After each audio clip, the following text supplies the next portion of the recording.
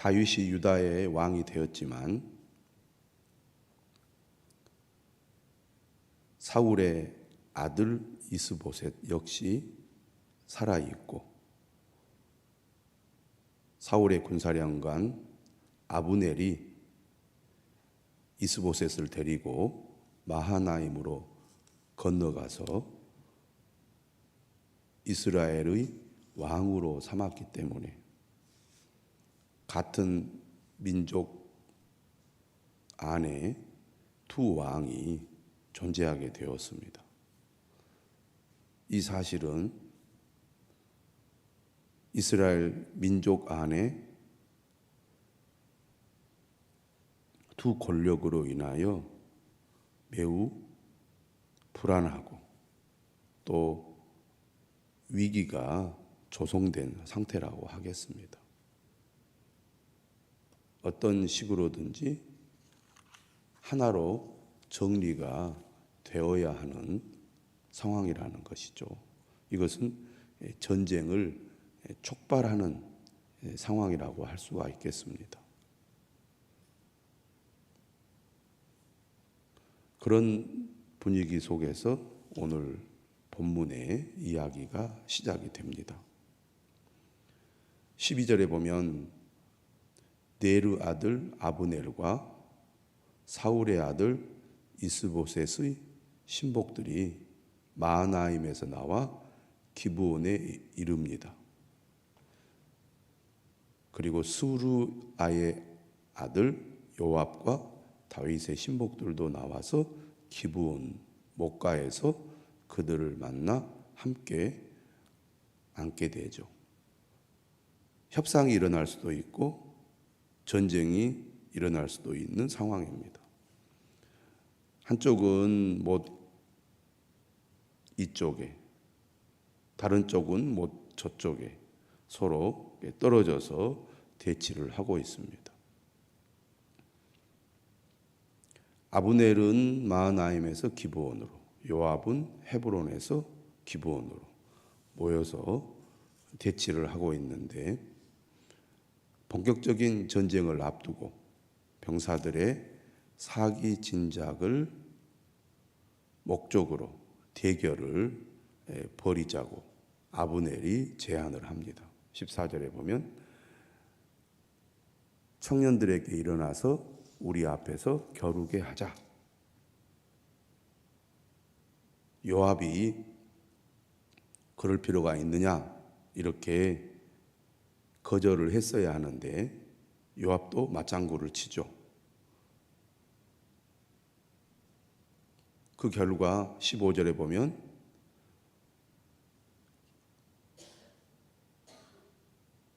각각 12명씩 24명이 양 팀에서 나와서 대결을 벌이게 됩니다.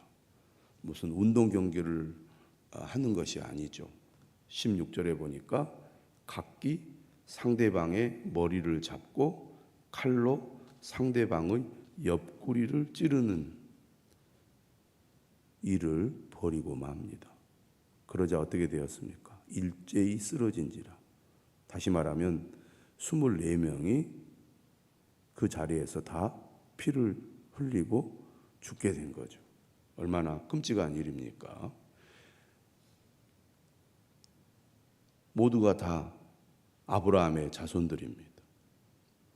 같은 히브리 족속들이죠. 그런데 지금 사울 왕이 죽고 한쪽에서는 다윗을 왕으로 세우고 또 다른 쪽에서는 여전히 사울의 넷째 아들인 이스보셋이 왕위에 오르다 보니까 동족 상잔의 비극이 벌어지고 만 것입니다. 젊은 청년들이 아깝게 목숨을 잃게 되는데요. 그곳 이름을 헬갓 핫수림이라고 일컬었습니다. 매일 성경에도 나오죠. 날카로운 칼의 밭이다는 뜻입니다. 이렇게 대표들을 12명 뽑아서 서로 대결을 겨루게 했고 모두가 다 목숨을 잃게 되자 양쪽 다 흥분하지 않았겠습니까? 결국 전투가 벌어지고 맙니다. 17절에 보니까 그날의 싸움이 심히 맹렬하더니 아주 격한 싸움이 벌어졌습니다. 결과는 어떻게 됩니까? 아브넬과 이스라엘 사람들이 다윗의 신복들 앞에서 패하니라. 어떻게 보면 이런 상황이 지금 현재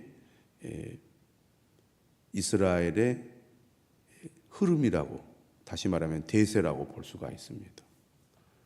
다윗이 왕위에 올랐다는 것 자체가 이 유다 지파는 사기가 매우 올라가 있는 상태입니다. 우리가 마음을 모아서 힘을 쓰면 이 민족을, 다시 말하면 히브리 족속 이스라엘을 우리가 통치할 수 있을 것이다. 이런 이 기대가 매우 부풀어 올랐을 것이고, 사울 왕이 죽음으로 말미암아 사울의 세력들은 매우 약화된 상태였다고 볼 수 있습니다. 그런 상황에서 서로 이제 전투가 벌어지니까 당연히 다윗의 군대가 훨씬 더 힘을 발휘할 수 있었을 것입니다. 결국 아브넬과 그의 군대들은 도망가는 것밖에는 방법이 없는 거죠. 18절에 보니까 스루야의 세 아들 이름이 나오죠. 요압과 아비새와 아사엘입니다. 스루야는 다윗의 누이입니다. 이 요압, 아비새, 아사엘 이 삼형제가 있는데 그 가운데 아사엘의 발이 들노루같이 빠르더라고 기록하고 있습니다. 매우 동작이 민첩한 거죠. 그러니까 얼마나 또 자신감도 충만하겠습니까? 전투에서 패배하여 도망하는 아브넬을 쫓아가 달려갑니다. 이번 기회에 확실하게 제거하겠다는 거죠. 좌우로 치우치지 않고 아브넬의 뒤를 쫓아갑니다. 그러자 아브넬이 뒤를 돌아보면서 이렇게 얘기합니다. 아사엘아 너냐? 그러자 아사엘이 나로라 하고 답을 하죠. 다시 말하면 요압과 아브넬은 잘 아는 관계입니다. 그래서 아브넬이 아사엘에게 얘기하는 거죠. 너는 왼쪽으로나 오른쪽으로나 가서 청년 하나를 붙잡아 그의 군복을 빼앗으라. 다시 말하면 아브넬인 자신을 계속 쫓아오지 말라는 겁니다. 그런데 아사엘은 그렇게 하지 않습니다. 계속 그를 쫓아가죠. 그러자 아브넬이 다시 아사엘에게 말합니다. 너는 나 쫓기를 그치라. 내가 너를 쳐서 땅에 엎드러지게 할 까닭이 무엇이냐?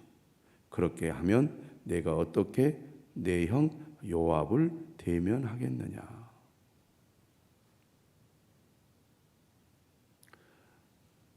아사엘이 발은 빠르고 민첩할지 모르지만 전쟁에 대한 기술이나 실력은 아브넬을 따라갈 수 없다는 얘기죠. 그런데 이미 전세는 기울었고 아사엘은 젊고 힘이 있기 때문에 아브넬을 붙잡아서 자신이 제거함으로써 자신의 명예를 높일 수 있는 절호의 기회라고 생각을 했던 것 같습니다. 아사엘이 발이 빠르지 않았다면 이런 행동도 하지 않았겠죠. 발이 빨랐기 때문에 자신감이 있었고, 저쪽의 대장인 아브넬을 제거하면 저쪽은 완전히 망하게 될 거다, 이런 생각을 했기 때문에 자신이 이 일을 이루겠다, 이렇게 생각을 하고 쫓아간 겁니다. 그런데 아브넬은 요압과의 관계도 있고 같은 동족이니까 요압의 동생인 아사엘을 죽이고 싶지 않았던 것입니다.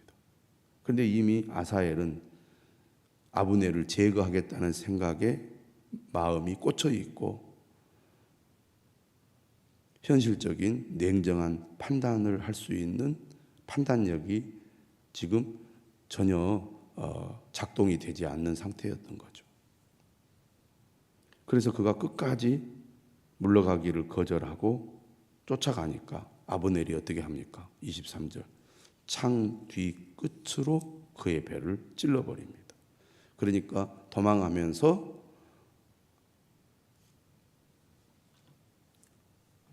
아사엘을 창으로 찔러서 그를 죽이는 거죠. 그래서 창이 그의 등을 꿰뚫고 나갔습니다.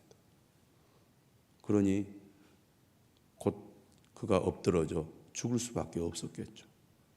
아사엘이 가장 앞장서서 적들을 쫓아가다가 아브넬에 의해서 목숨을 잃게 되니까 그 뒤를 따르던 요압의 군대들도 거기에서 다 멈추고 맙니다. 큰 전투에 이겼지만 패잔병들을 쫓아가던 아사엘 때문에 전투가 거기에서 중단하게 된 거죠. 자, 그래서 24절에 보면 요압과 아비새가 아브넬의 뒤를 쫓아 기브온 거친 땅의 길가 기아 지역 이름입니다. 맞은편 암마산에 이를 때 해가 졌고, 해가 졌다는 것은 더 이상 전투를 할 수 없는 상황이라는 거죠. 베냐민 족속은 함께 모여 아브넬을 따라 한 무리를 이루고 작은 산 꼭대기에 섰더라. 서로 지금 대치 상태에서 더 이상 전투를 벌이지 못하고 있는 상황입니다. 이미 전체적인 이 전투 상황은 요압의 군대가 승리를 거둔 상태고 아브넬의 군대는 지금 패배하여 도망가고 있는 상태에서 요압의 아우 아사엘이 목숨을 잃은 거잖아요. 이때 아브넬이 요압에게 소리를 지릅니다. 칼이 영원히 사람을 상하겠느냐. 그 말은 무슨 말이냐면 상하다라는 말은 먹다, 삼키다 이런 뜻을 가지고 있습니다. 그러니까 칼이 삼켰다 이 말은 전쟁에서 칼로 사람을 살육하는 것을 말합니다. 그러니까 아브넬은 이렇게 얘기하는 거죠. 칼이 사람들을 죽이도록 내버려 둔다면 아사엘이 죽은 것처럼 또 다른 참혹한 일이 생길 수 있을 것이다. 경고를 하는 거예요. 요압에게. 너희가 전체적인 이 전투에서는 승리를 거두었을지 모르지만 나를 비롯한 사람들의 실력이 만만치 않으니 계속 전쟁을 벌이면 너희들에게도 큰 타격이 있을 거라는 얘기죠. 그러면서 또 무슨 얘기를 하냐면 마침내 참혹한 일이 생길 줄 알지 못하느냐. 네가 언제 무리에게 그의 형제 쫓기를 그치라 명령하겠느냐. 그러자 요압이 이렇게 말합니다. 하나님이 살아계심을 두고 맹세하노니 네가 말하지 아니하였더면 무리가 아침에 각각 다 돌아갔을 것이요. 무슨 얘기냐면 아브넬이 애초에 선발된 병사들의 싸움을 제한하지 않았더라면 서로 싸우지 않고 아침에 이미 돌아갔을 것이라고 대답을 하는 말입니다. 이 말은 전쟁의 책임이 아브넬에게 있다는 주장이죠. 아브넬은 아사헬이 쫓아왔기 때문에 그가 목숨을 잃은 것이고, 계속해서 요압은 처음에 이런 일이 발생하도록 제안한 아브넬, 너 때문에 이렇게 전쟁이 지금 일어나게 된 것이다 라고 책임을 상대방에게 묻는 그런 말입니다. 결국 28절에 요압이 어떻게 합니까? 아브넬의 말을 듣고 나팔을 불죠. 그래서 전투가 이제 중지가 되고 휴전이 되는 겁니다. 온 무리가 머물러 서고 다시는 이스라엘을 쫓아가지 아니하고 다시는 싸우지도 아니하니라. 아브넬과 그의 부하들이 밤새도록 걸어서 아라바를 지나 요단을 건너 비두론 온 땅을 지나 마하나임에 이르니라. 결국 아브넬과 그의 부하들은 큰 손실을 당하고 폐잔병으로 마하나임으로 돌아가게 됩니다. 이것은 이미 이제 모든 것이 다 기울어 버렸다는 거죠. 이제 우리는 이제 끝이 났구나. 아브넬도 마음에 이미 생각을 했을 것입니다. 그러면 요압은 어떻습니까? 요압이 아브넬 쫓기를 그치고 돌아와 무리를 다 모으니 다윗의 신복 중에 19명과 아사엘이 없어졌으나 승리는 거뒀지만 중요한 인물들 19명과 자신의 동생이 목숨을 잃었잖아요. 어떻게 보면 아브넬 못지않는 큰 피해를 당했다고 볼 수가 있습니다. 숫자로 봐서는 얼마 안 되지만 31절에 보면 다윗의 신복들이 베냐민과 아브넬에게 속한 자들을 쳐서 360명을 죽였더라. 어떻든 그 결과 대세는 기울어진 거죠. 무리가 아사엘을 들어올려 베들레헴에 있는 그의 조상 묘에 장사하고 요압과 그의 부하들이 밤새도록 걸어서 헤브론에 이른 때에 날이 밝았더라. 어떻게 보면 오늘 사건은 불가피한 일이었다고 볼 수 있습니다. 한편으로 보면. 왜냐하면 한 나라 안에 두 왕이 존재하고 있기 때문이고 어떤 형식으로든 하나로 통일이 되어야 하는 상황인데 다윗이 물러나겠습니까? 아브넬이 물러나겠습니까?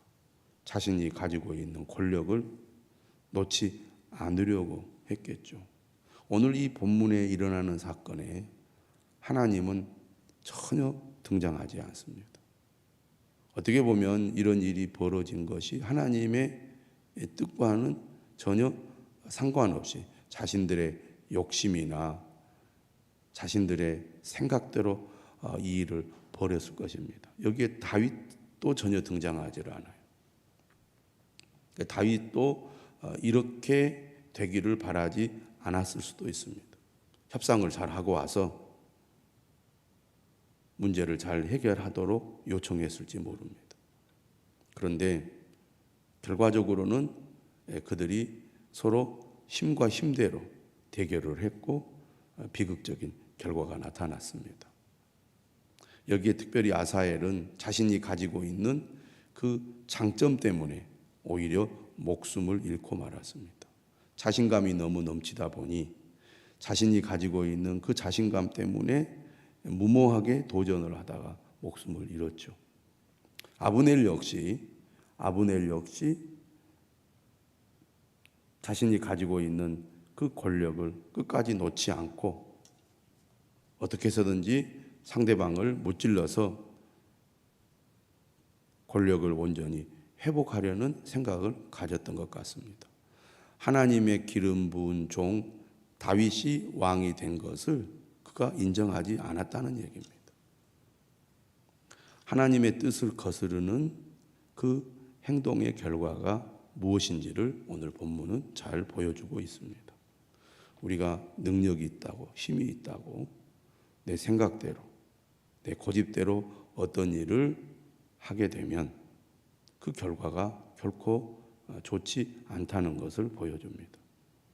하나님의 뜻과 계획이 어디에 있는지를 우리가 찾고 또 물어서 하나님의 뜻대로 행하는 것이 중요하다는 것을 오늘 말씀을 통해서 또한 배우게 됩니다. 오늘 하루도 하나님께서 우리와 함께 하시고 또 우리가 간절한 마음으로 기도할 때 하나님의 뜻이 무엇인지 분별하는 저와 여러분들이 되시기를 주님의 이름으로 축원합니다. 기도하겠습니다.